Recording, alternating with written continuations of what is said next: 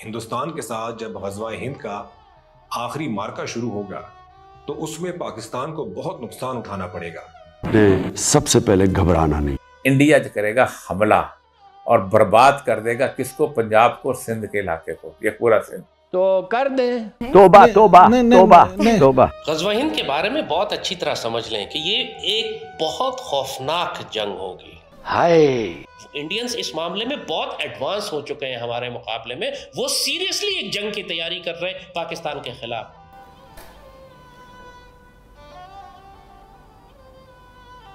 70 साल में कंपनी का सबसे बड़ा मकसद, यानी जिस वजह से हमने ये इतनी बड़ी कंपनी पाल रखी है, अरबों डॉलर इसका बजट देते हैं, उसका एक मकसद था कश्मीर आजाद करवाना। उसका मकसद था दिफाए पाकिस्तान करना। ये दो मकासद थे। 70 साल के बाद जो प्रोग्रेस रिपोर्ट अवाम के सामने है वो ये है कि कश्मीर आजाद नहीं हुआ, उल्टा पाकिस्तान 2 लाख हो गया। तो दोस्तों नमस्कार, जय हिंद। आप सभी का बहुत बहुत स्वागत है। तो दोस्तों आखिरकार पाकिस्तानी फ़ौज और पाकिस्तानी अवाम का गुब्बारा वाला जज्बा देखने के बाद ग़ज़वा हिंद का सपना देख रहे लाल टोपी को बड़ा झटका लगा है। अब लाल टोपी से या फिर इनके जैसे और भी किसी से जब आप ग़ज़वा हिंद के बारे में कोई सवाल पूछता था तो इनको कुछ पता नहीं होता था, बस ये घुमा फिरा कर जवाब जो है वो दे रहे होते थे। और जब अफ़गानिस्तान के अंदर में तालिबान आया था, जब तालिबान ने टेक ओवर करा अफ़गानिस्तान को, तो ये बड़े खुश थे और इनके दिमाग में ये चल रहा था दोस्तों कि अब पाकिस्तान की फ़ौज अफ़गानिस्तान तालिबान के साथ मिलकर भारत के ऊपर कोई बड़ा एक्शन ले सकती है, या फिर कुछ ग़ज़वा हिंद वाला कॉन्सेप्ट इनको लग रहा था। लेकिन ये सब कुछ उल्टा हो गया और अब तो उल्टा अफ़गानिस्तान बॉर्डर पर पाकिस्तानी फ़ौज को अपने पतलूने छोड़कर वहाँ से भी भागने को मजबूर होना पड़ रहा है और शरिया कानून लगाने की फिराक में है अफ़गानिस्तान व तालिबान वाले। और पता ही आपको अटक तक का इलाका तो उन्हीं का है। और इधर से अब इनको ये डर सता रहा है कि ग़ज़वा हिंद तो दूर की बात है, कहीं अगर भारत ने हमारे ऊपर अटैक कर दिया तो भारत इस बार कहाँ तक घुसेगा और पाकिस्तानी फ़ौज को अपनी पतलूनें छोड़कर कहाँ तक भागना पड़ेगा, इस बात का डर अब इनको सता रहा है। तो आइए बढ़ते हैं इस मज़ेदार वीडियो में दोस्तों। आगे बढ़ने से पहले आप सभी से रिक्वेस्ट है कि प्लीज़ चैनल को सब्सक्राइब कर दें, बेल आइकॉन जरूर से प्रेस करें ताकि ऐसे मज़ेदार वीडियो आप सभी को मिलता रहे, और कमेंट जरूर से करें दोस्तों। यूक्रेन की जंग शुरू होने से पहले जब रूस ने 1200-1400 किलोमीटर के महाज के ऊपर अपनी फौजों को डिप्लॉय करना शुरू किया तो यूक्रेन में कुछ लोगों ने कहा कि रूस हमला कर सकता है, लेकिन ज़ेलेंस्की और उसके साथ जितने भी नेटो और अमेरिकन थे उन्होंने बेवकूफ़ बनाया पूरी कौम को और कहा कि रूस हमला नहीं करेगा। उन्होंने कोई तैयारी नहीं की, अपनी कौम को तैयार नहीं किया। मगर एक दिन 1-1.5 साल तैयारी करने के बाद रूस ने अपनी फौजें यूक्रेन में दाखिल कर दी और जाहिर है यूक्रेनियंस वर सरप्राइज्ड। जिस तरह हम कहते हैं ना 65 की वॉर में कि वी वर सरप्राइज्ड, हमें अचानक भारत ने लाहौर पर हमला कर दिया और सियालकोट पर हमला कर दिया। तो रूस ने जब हमला किया तो आपने देखा कि एक जानिब से रूसी फौजें बिल्कुल यूक्रेन के कैपिटल कीव तक पहुंच चुकी थी और दूसरी जानिब से कई 100 किलोमीटर अंदर दाखिल होकर उन्होंने ऑलमोस्ट 30% यूक्रेन पर कब्जा कर लिया। और ये लड़ाई अब तकरीबन 3 साल से जारी है। रूसी फौजें 300-350 किलोमीटर अंदर यूक्रेन के अंदर दाखिल हैं। 30% यूक्रेन जो है वो तकरीबन इनके पास चला गया है और वो सारे इलाके खंडर बन चुके हैं। हज़ारों लाखों की तादाद में वहाँ जो आबादी थी वो सारी माइग्रेट करके वापस यूक्रेन मेनलैंड में जा चुकी है। वो शहरों में कोई सिविलियन नहीं है, मुकम्मल खंडर शहर है, वो घोस्ट सिटीज़ हैं। आप अगर उनकी वीडियोस देखें तो एक बिल्कुल जो गज़ा का हाल है वो यूक्रेन के शहरों का हाल है।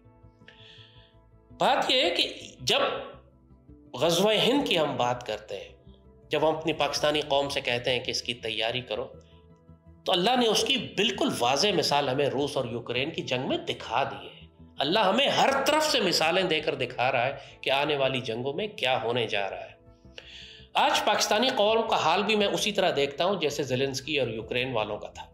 भारत ने पाकिस्तान पे मिसाइल गिरा दिया। आपको याद होगा कि भारत का ब्राह्मोस मिसाइल, अभी बाजवा ही आर्मी चीफ था, पाकिस्तान गिरा, पाकिस्तान ने कोई जवाब नहीं दिया। तो अब इसका सवाल आप सुन लें।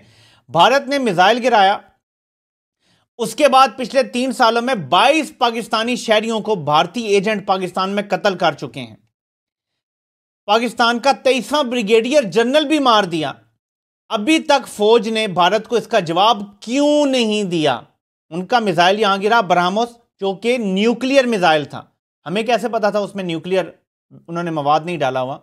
वो गिरा पाकिस्तान में, सबूत मौजूद हैं कि गिरा, हमने कोई जवाब नहीं दिया। हमारे 22 से 23 लोग वो मार चुके, हमने क्या जवाब दिया? मिसाइल अटैक का और 23 लोगों के मारने का। इंडिया पिछले 1.5 साल से इतनी खौफनाक जंगी तैयारियां कर रहा है कि एनीबडी जो जियोपॉलिटिकल एनालिस्ट है, डिफेंस एनालिस्ट है, एक्चुअली वो हैरान हो जाता है कि ये करने क्या जा रहे हैं। और हमें वाज़े मालूम है कि वो क्या करने जा रहे हैं। वो कराची के समुद्रों से लेकर गिलगित बल्तिस्तान तक इतने बड़े फ्रंट के ऊपर बिल्कुल उसी तरह दाखिल होना चाहते हैं जैसे रूस यूक्रेन में दाखिल हुआ था। और पाकिस्तान की जो 60-70% आबादी है वो इंडियन बॉर्डर के साथ साथ रहती है। दरिया सिंध के जो ईस्टर्न साइड है वो आप सिंध से शुरू करें, आप हैदराबाद से शुरू करें और ऊपर आते हुए पूरा पंजाब से गुजरते हुए आप गिलगित बल्तिस्तान तक चले जाएं, ये पाकिस्तान की 70-80% आबादी इस साइड पे रहती है, बिल्कुल दरिया सिंध और इंडियन बॉर्डर के दरमियान हमारी सारी आबादी। और पंजाब सबसे डेंसली पॉपुलेटेड एरिया है। आप मुझे बताइए कि अगर इंडियंस एक इंटेंस अटैक करते हैं, मैसिव इन्वेजन करते हैं पाकिस्तान पर, तो जो ये सबसे डेंसली पॉपुलेटेड हमारे एरियाज हैं, यहां पर क्या होगा? जाहिर है कि जंग इन इलाकों में होगी। मगर अब की दफा जो इंडिया की प्लानिंग है वो बहुत मैसिव इन्वेजन है और लाखों, अगर करोड़ों नहीं तो मुझे तो करोड़ों का खौफ है कि करोड़ों की तादाद में हमारे महाजिर पीछे हटेंगे, महाज जंग से अपने आप को बचाने के लिए मेनलैंड की जानिब आएंगे। जब हम ग़ज़वा हिंद की बात करते हैं तो पाकिस्तानी रियासत को उसके इन तमाम कॉन्सिक्वेंसेस का ध्यान रखना चाहिए कि जो आने वाली जंगों में पाकिस्तान को फेस करना पड़ेगा। इंडिया ने अपनी नौजवान नस्ल को यूनिवर्सिटीज और कॉलेजेस से वीडियो गेम खेलने वाले बच्चों को जमा करके सैकड़ों हजारों की तादाद में कंपटीशन करवा रहे हैं ड्रोन उड़ाने का, क्योंकि आइंदा सारी ड्रोन वॉरफेयर होगी।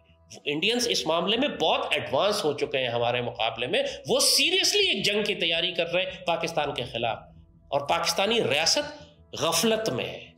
हमें कोई अंदाजा नहीं है कि हमारा दुश्मन क्या प्लान करे। इजम्पशन है हमारी कि वो नहीं करेगा और वो अगले 50 साल हम इसी तरह जिंदगी गुजारेंगे।